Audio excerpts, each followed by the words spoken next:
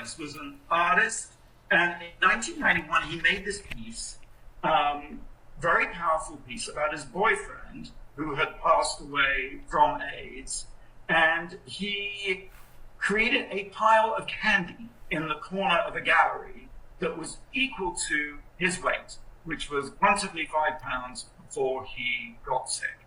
And the idea is that you'd see this work and you were invited to take a piece of candy so that very poignantly the pile would gradually diminish and you would see someone, as it were, it was a portrait of his lover who died of AIDS, and as people took the candy, so the person would literally disappear before their eyes, and then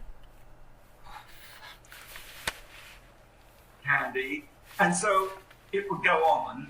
And also, very movingly, Ignacio Darnaud wrote about this. You know, you would feel, if you took a candy, put it in your mouth, you're a part of this. There's a sort of communion, sort of almost a, you know. You were partaking in his flesh, in his spirit. Yes. Right.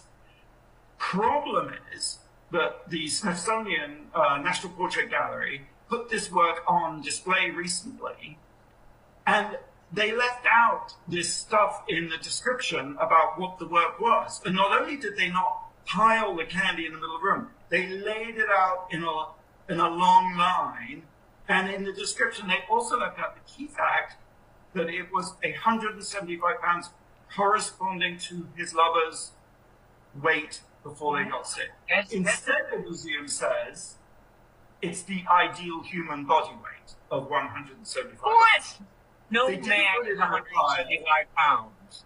And while they invited people to take a candy, there's also a note saying, you know, if you're allergic to nuts and candies, you may, you know, contains, you know, an allergy warning.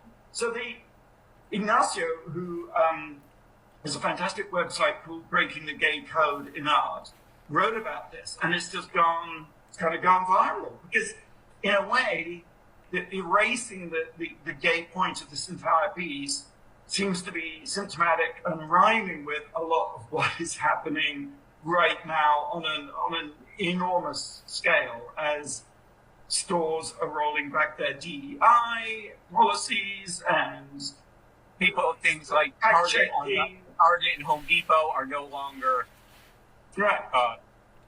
doing gay pride. Exactly. It's all slightly depressing, I suppose, but also I think it's important to point it out, and it speaks to something I was thinking about earlier in regards to Brian Eno and his documentary, that a lot of what is happening now is just something playing itself out, and that it isn't necessarily avertible by logical, rational argument and powers of persuasion. I don't know if that seems to do me. Yeah. That's very grim.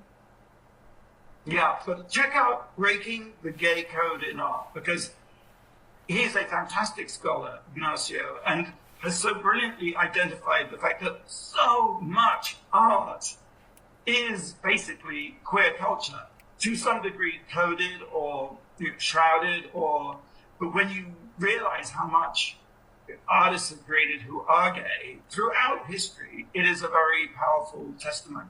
And this attempt of the Smithsonian to erase the meaning of a piece is pretty, I don't know, there are no words, I guess. I do remember when it came out in the 90s.